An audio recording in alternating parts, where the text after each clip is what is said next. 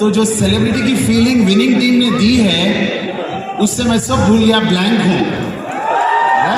तो I am really thankful to winning team, पूरा staff और SP Bharal sir and family, जिन्होंने इतना सुंदर सिस्टम बनाया जो आपको न सिर्फ आपकी मेहनत का रिवॉर्ड मिलता है वेस्टीज से, उससे ज़्यादा जो आपको मिलता है वो है रिकग्निशन जो विनिंग टीम देती है। अगर आपको ये विनिंग टीम का रिकग्निशन चाहिए तो आपको एक ही काम करना होगा, पता है क्या? वेस्टीज में लग जाना होगा काम करने के लिए। वो काम कर लीजिएगा, ऑटोमेटिक आप विनिंग टीम को देखेंगे, वो आपको रिकॉग्नाइज करेगी। तो बाय क्वालिफिकेशन मैं एमसीए और एमबीए हूँ और ट्रेडिशनल बिजनेस में हूँ। मेरे कुछ स्कूल्स हैं और दूसरे कारोबार हैं। उसके साथ साथ वेस्टीज भी मैं बहुत पैशनेटली बिल्ड करता हूँ। जैसा मैं हमेशा बोलता हूँ कि मेरे 5 बिजनेस हैं, जिसमें सबसे छोटा वेस्टीज लगता है बट ये बहुत दूर जाने वाला है, इसीलिए मैं इसके पीछे पड़ा हूँ, राइट। ये बात आपको समझ चाहिए। मैं ये बिज़नेस इसलिए चालू किया क्योंकि ये बहुत कॉमन सेंस का बिज़नेस है। अगर दुकान बदल करके अगर आप पैसा कमा सकते हैं और इतनी इज्जत और शोहरत कमा सकते हैं, इतने लोगों की मोहब्बत और प्यार पा सकते हैं, तो क्यों नहीं करना चाहिए, राइट। तो ये कॉमन सेंस का बिज़नेस इसलिए किया। दूसरा रीज़न, ये इस बिज़नेस में जो पैसिव इनकम है वो शायद आपको, मेरे बता रहा हूँ ना, वेस्टीज से हट के दूसरे जो कारोबार है मुझे पता है उसमें आपको पैसिव इनकम नहीं मिलती। ट्रेडिशनल बिजनेस में आपको पैसिव इनकम नहीं मिलती। जिस दिन आप ख़त्म हो जाते हो उस दिन आपका बिजनेस स्लोली ख़त्म हो जाता है। एकदम नहीं होगा बट स्लोली ख़त्म हो जाता है। तो मैं अपनी अगली पीढ़ी के लिए, उनके बाद की पीढ़ी के लिए अगर कुछ वैल्यूएबल और क्रेडिट क्रिएट करना चाहता हूँ तो वो वेस्टीज और विनिंग टीम का प्लेटफॉर्म था, वो मुझे समझ में आ गया था। तीसरी और इम्पॉर्टेंट बात जिसकी वजह से मैं वेस्टीज बिजनेस में हूँ, मेरे स्पॉन्सर कुलकर्णी सर हैं। वो मेरे स्कूल पर 4 बार आए। चौथी बार में उन्होंने हिम्मत की प्लान दिखाने की, और जब चौथी बार जब उन्होंने हिम्मत की प्लान दिखाने की, क्योंकि वो हमारी पुरानी गोरों की कंपनी में वो मेरे अपलाइन थे प्लैटिनम, और हमसे अच्छी बनती थी दोनों की। तो वो जब मेरे को बात शुरू किए तो मैं उनको बोला, जैसे कल कोई बोल रहे थे काटेंगे उंगली तो खून क्या निकलेगा, वही खून निकलेगा, राइट। तो मैं आज स्टेज से सॉरी बोलना चाहूँगा हमारे कुलकर्णी सर को, क्योंकि मैं एक बात उनको बहुत क्लियर बोल दिया था, सर अगर वो गोरों की कंपनी से हटके कुछ आप बात कर रहे हैं तो मैं तो नहीं करने वाला हूँ। मैं पैदा हुआ था इस कंपनी के लिए और मरूंगा भी उसी कंपनी के साथ। तो आप कुछ और बात करना है तो करिए। उसके बावजूद कुलकर्णी सर बहुत स्मार्ट है, परसिस्ट करते गए, और उसके बावजूद उन्होंने एक कंपैरेटिव प्लान दिखाया। वो जैसे कल बता रहे थे, कंपैरेटिव प्लान सबकी आंखें खोल देता है। कंपैरेटिव प्लान देखने के बाद मैं भी रुक नहीं पाया, बट मैंने इस चीज़ का इजहार नहीं किया कि मैं वो कंपैरेटिव प्लान से इम्प्रेस्ड हूँ, लेकिन मैंने क्या किया, कुलकर्णी सर पे एहसान करने के तौर पर मैं साइन किया कि चलो दोस्त बोल रहे हैं सर, आप बोल रहे हैं ना कर लेंगे। थोड़ी देर पहले तो नहीं बोल रहा था वो, राइट। तो आप बोल रहे हैं मैं कर लेता हूँ करके मैंने उन पे एहसान करने के लिए वो साइन की थी, कुछ प्रोडक्ट्स मंगाए थे। बट आज मुझे पता चला, और जिस दिन मैं कामयाबी का इस बिज़नेस में मज़ा चखना शुरू किया, उस दिन से मुझे पता चल गया कि उन्होंने मुझ पे एहसान नहीं किया है, मैंने उन पे एहसान नहीं किया है, उन्होंने मुझ पे ज़िंदगी का सबसे बड़ा एहसान कर दिया। सोचिएगा, तो आप भी जिनको बिजनेस में लाते हैं, चाहे वो सामने वाला कुछ भी बोल ले, बट एक दिन उसको भी यही एहसास होगा कि आपने उसकी ज़िंदगी पे एहसान कर दिया।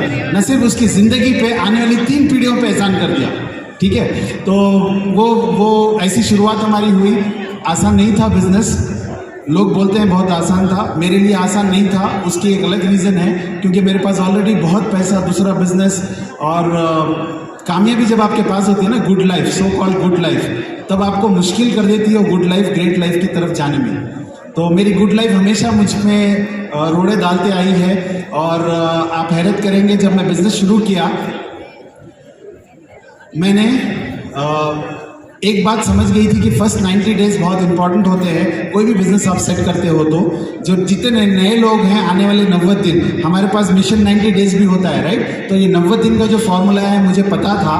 तो मैंने क्या किया, फर्स्ट 90 डेज स्कूल के बाद 4 बजे से रात के 10-11 बजे तक मुझे पता नहीं था कब मैं घर जाता हूँ काम ख़त्म करने के बाद, और सीधे घर से निकलता था। मैं रहता हूँ टोली चौकी में, बट मैं जाता था ओल्ड सिटी, जा कर के लिटरली कार के बानेट पे ठहर के, लाइट के नीचे, स्ट्रीट लाइट होती है ना, कार के बानेट पे ठहर के स्ट्रीट लाइट के नीचे खड़े रह के प्लान दिखाता था। एक ऐसे बंदे के पास जाता था मैं जिसको बिजनेस करने की तो बहुत इच्छा थी, बट उसके घर में हम बैठने की जगह नहीं थी। तो हम उसके पास जाते थे, उसके घर के पास जो भी स्ट्रीट लाइट होती थी वहाँ मेरी कार पार्क करता था, वो 4-5 लोगों को बुला लेता था और हम लोग खड़े रह के प्लान दिखाते थे। आप यकीन मानिए उस मेहनत का फल मुझे ऐसा मिला, लगातार काम करता रहा। उस लेग में 7वें डीप में एक DUCD है, करेक्ट। तो आप काम करते रहेंगे ना, जैसे कल डेप्थ के बारे में बात हो रही थी, काम करते रहेंगे, काम करते रहेंगे, काम करते रहेंगे, इसी को बोलते हैं PAC। आपको अभी लिखने का बता रहे हैं विनिंग टीम, पहले हमारे पास PAC नहीं हुआ करता था, हम काम करते थे। आज आपको भी वही करना है, काम करना है और उसको रिकॉर्ड करना है। रिकॉर्ड किस लिए करते हैं हम? रिकॉर्ड इसलिए करना है PAC में, वो अपने लिए करना है। आपको अपलाइन को कोई रिपोर्ट नहीं दिखानी है, आप जब काउंसलिंग में जब जाते हो अपलाइन के पास, आप जब आप नहीं, आप लोग अच्छे लोग हो, जो लोग बाहर हैं जो बिजनेस कर रहे हैं उनकी बात कर रहा हूँ। तो जो लोग रोते हैं ना कि मैं महीना भर काम किया सर, बहुत काम किया, बट रिजल्ट देखो 100 रुपए का चेक। तो जब ये बोलते हैं ना, तो जब आप उनसे पीएससी बुक खींचेंगे, उनके पास की पीएससी बुक लेके पूछेंगे कि क्या किया, वो बोलेगा वर्बली बहुत काम किया, बट अब जो बुक खोलोगे ना पूरी खाली होगी, तब आपको समझ में आएगा 100 रुपए का चेक क्यों आया। समझ में ये बात?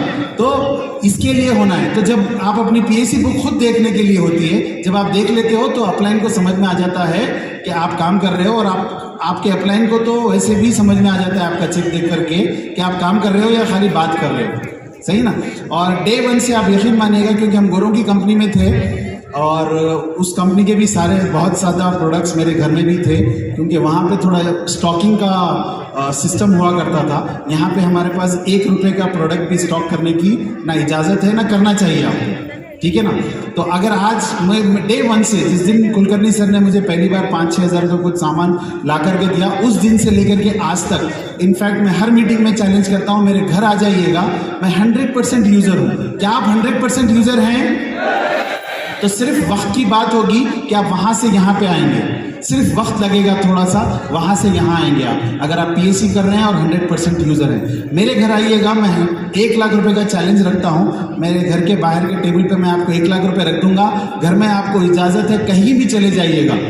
अगर आपको कोई भी वेस्टीज का कॉम्पिटेटिव प्रोडक्ट मिल गया तो आपको 1 लाख रुपए वो प्रोडक्ट को उठाना है, वो 1 लाख के पास आना है, मुझे कुछ नहीं बोलना है, प्रोडक्ट को रख दीजिएगा 1 लाख के सामने और 1 लाख उठा लीजिएगा, चले जाइएगा। ये मैं आज भी चैलेंज करता हूँ, आपको भी चैलेंज है, राइट। तो अगर आप 100% यूजर नहीं हैं, आप प्रोडक्ट यूज नहीं करते हैं, तो आपको पता कैसे चलेगा क्या होगा, राइट। वैसे इस बिजनेस में आने के बाद जो सपने हमने गोरों की कंपनी में देखे थे और जो बुझ गए थे, हम सोचते थे वहाँ पे डायमंड कब बनेंगे। मेरे बच्चों को मैंने इतनी सीढ़ियाँ सुनाई हैं कि वो कार में जब जाते थे गाने नहीं बजते थे, सीढ़ी बजती थी, तो वो लोग मुझसे पूछते थे डायमंड कब जाएंगे डैडी। जब मैं वेस्टीज ज्वाइन किया तो मुझे वो सपना जागता हुआ लगा, और जैसे ही आप हैरत करेंगे, मैं स्टार डायरेक्टर से सीधा DCD गया। तो उसका भी रीज़न है क्योंकि जब जो गोल के लिए, डायमंड के लिए मैंने ट्राई किया तो स्टार पे अटक गया या लटक गया, ठीक है ना। और जब मैंने क्राउन के लिए ट्राई किया तब भी स्टार पे अटक गया। जब मैंने UCD के लिए ट्राई किया तब भी स्टार पे अटक गया। ऐसा नहीं कि ट्राई नहीं किया, या ऐसा नहीं कि हमने काम नहीं किया, काम किया बट अटक गए, होता है, चलता है। आपको शायद मेरी स्टोरी इंस्पायर करेगी। तो स्टार पे अटक गया, और जब UCD के लिए ट्राई किया तब भी स्टार पे अटक गया। तो जब मुझे मौका मिला काम करने का, जब एक बार कुलकर्णी सर और मैं बैठे थे काउंसलिंग के लिए, तो उस महीने में, जिस महीने में हमने काउंसलिंग की, मेरे घर पे थी इत्तेफाक से, नहीं तो हम लोग बाहर या कहीं उनके पास मिलते थे। तो मेरी वाइफ साथ थी जब, तो चाय वो लेके आ रही थी, सर गोल सेट कर रहे थे अब क्या करेंगे ये महीना। तो सर ने, जैसे हमेशा बोलते हैं DCD चले जाओ, DCD चले जाओ, आपका स्ट्रक्चर है, आप DCD चले जाओ। और ये सुन ली, ये सुन के बोली अब तो जाना है, और पूरे बच्चे ट्रेन हो गए। रोज मेरी लड़की, छोटी लड़की जो है, बाहर निकलते वक्त बोलती है मुझे कि all the very best, go DCD। रोज बोलती थी, आज भी बोलती है, जबकि उसको पता नहीं। आज सुबह में जब बोला वो DCD का वो बैच देखी तो बोली कि आप DCD हो गए, मतलब हो गया, राइट। तो रोज वो लोग मुझे बोलते थे, और उस महीने मैंने सुबह नहीं, शाम नहीं, दिन नहीं, रात नहीं, मेरा ऑफिस नहीं, कुछ नहीं, मैं बोला करके निकलना है, क्योंकि अब बात फैमिली पे आ गई थी, फैमिली को पता चल चुका था। तो मैं लग गया, और उसी महीने में मैंने डायमंड नहीं मारा क्योंकि डायमंड ने मुझे सताया था, क्राउन नहीं मारा क्योंकि क्राउन भी मुझे सताया था, UCD भी सताया था। तो मैं बोला DCD कुलकर्णी सर ने अगर सेट किया है तो सही सेट किया है, मैं डायरेक्ट DCD ही जाऊंगा, और DCD ही गया। तो आप 100% प्रोडक्ट यूज और PSC करेंगे, और आप अगर CEP पे रहेंगे, CEP इसलिए जरूरी है क्योंकि आप फोन चार्ज करते हैं ना। जमाल जी सर। तुम वो सुनाओ कि जब तुम कोविड में थे तब तुमने जो डिसीजन किया और तुम्हारे बच्चे बाहर थे। कोविड में मैं भी घर पे था और हॉस्पिटल नहीं जाने का डिसाइड किया। हालांकि हॉस्पिटल से मेरे बचाना थे तो कॉल्स वॉल्स आ रहे थे एडमिट हो जाओ, तो मैंने नहीं घर पे रह के करूँगा। तो डॉक्टर ने कंसल्ट किया। ऑलमोस्ट 40 डेज मैं अपने बेडरूम में बंद, एक रूम में, हमारा 2 BHK का फ्लैट हुआ करता था जब, तो मैं एक रूम में बंद हूँ और ये लोग बाहर हैं हॉल में। ये खाना भी कैसे लाके देती थी, डोर लगा हुआ होता था, जेल में देते हैं ना खाना, नीचे से ढकल देते हैं ना, वैसे नीचे वहाँ ऑप्शन तो नहीं था, बट खटका मार के टेबल रखा हुआ था बाहर, और खटका मार के वो बोल देते थे कि खाना है, तो मैं खाना उठा लेता था। 40 डेज मैंने इन लोगों को देखा नहीं, एक बार शायद 35 डेज के बाद एक वीडियो कॉल करके दोनों तीनों से बात किया, बच्चों से और इनसे। आप हैरत करेंगे, जब मैं कोविड में था मैंने सेंस ऑफ अर्जेंसी फील की। आपको पता नहीं, ये सेंस ऑफ अर्जेंसी इतना भारल सर समझाते हैं, वो नाड़े का वो बताते हैं कि अगर आपको मोशन से नाड़े का है, उससे ज़्यादा सेंस ऑफ अर्जेंसी मैंने तब फील की कि अगर मुझे कुछ हो जाता है तो मेरे बीवी और बच्चों का क्या होगा। और उस सेंस ऑफ अर्जेंसी से मैंने वहीं बैठकर रूम में, क्योंकि काम कुछ भी नहीं होता था, दवा खाना खाना टाइम टू टाइम, वजन कम हो रहा था, खाना खा रहा था टाइम टू टाइम, दवा खा रहा था, तो वहीं डायरी लेकर के मैंने लिस्ट बनाना शुरू किया, कॉल करना शुरू किया। वही रूम से मैंने कुछ लोगों को स्पॉन्सर करना शुरू कर दिया। आप सोचिए, सेंस ऑफ अर्जेंसी वो होती है जो आपको तभी का तभी काम पे लगाती है। आप बोलेंगे तब नहीं होगा। आप हैरत करेंगे, मैं जब कोविड से बाहर आने के बाद भी बाथरूम का दरवाजा कभी लॉक नहीं करता था मैं अंदर से, क्योंकि कई बातें हमको सुनने में आती थी कि कोविड से रिकवर होने के बाद भी कुछ हो जाता है ऐसे, तो लॉक नहीं लगाता था। मैं बोलता था खुला है, कुछ अगर ज़्यादा देर अंदर हूँ तो खोल के आ जाना, राइट, वो होता था। तीसरी चीज़ मैंने क्या कि मेरे पूरे बैंक के डिटेल्स, कभी हम बताते नहीं ना, शौहर लोग, हस्बैंड्स, अच्छे वाले हस्बैंड्स, कि हम कहाँ पैसा छुपा रखा है क्या है, तो मैंने सब उनको टेक्स्ट कर दिया कि मेरे अकाउंट्स ये है, इसमें तो पैसा है शायद, और नहीं, मुझे बैंक बैलेंस पता नहीं है एक्चुअली ऑनेस्टली, तो शायद के हिसाब में डाल दिया। तो डाल दे के पासवर्ड वाट्सअप डाल दे के मैं बोला ये है, जस्ट इन केस आपके हाथ में हिसाब में रखो, देना किसको भी नहीं है, आना यहाँ से है बोल के बता दिया, ठीक है ना। तो बस सर यही थी, सेंस ऑफ अर्जेंसी के साथ अगर आप काम करेंगे, विनिंग टीम का ये स्टेज आपके लिए इंतजार कर रहा है। Are you ready Hyderabad, are you ready? Welcome to winning team stage. Thank you.